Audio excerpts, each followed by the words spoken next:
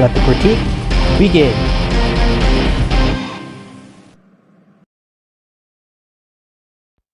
Adam's Rib was a classic romantic comedy, ranked at number 22 on the American Film Institute's 100 Years, 100 Laughs.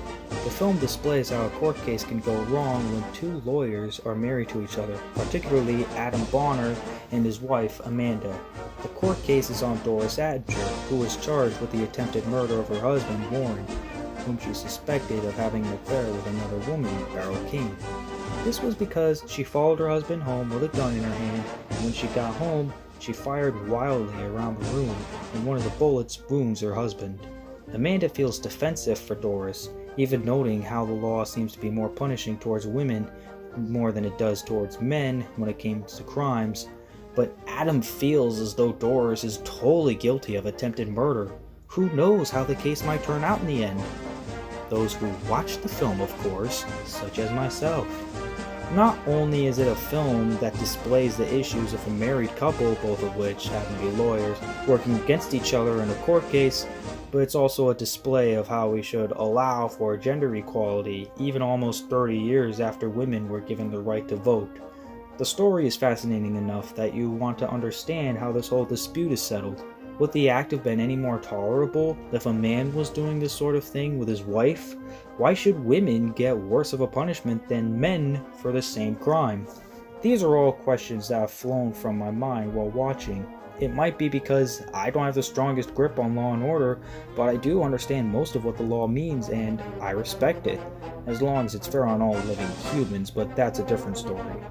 What I like most about this movie is how it seems as though you're directly in between the two arguments whether or not Doris actually intended to kill her husband. You see at the beginning what's going down and what led to the trial in the first place, but at first you may assume that this was a murder attempt. When you hear Doris's plea during the trial, that's when you really start to think about it. Was she really just firing rapidly, or did she have something dirty in mind?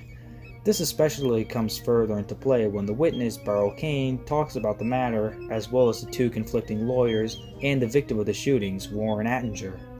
When the trial isn't going on, we see Adam and Amanda struggling to keep their marriage together due to a court case in which one is defending the charged and the other is attempting to prove her guilt. This really is the type of struggle that two lawyers, if married, can have.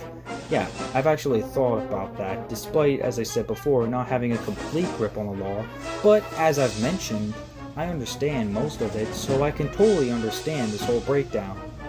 Adam's Rib is definitely worth watching, whether you wish to study it or let yourself be entertained by it. For me, it's a great idea to have two married lawyers find themselves on two opposite ends of one trial that settles the matter of a woman's gunshot wounding her husband, and even explore how there's no real difference between the two genders. Well, okay, maybe there is a difference between the two genders, just a little difference. As the French say, vive la différence! I'm not the best at French. If you prefer me to say it in English, hooray for that little difference!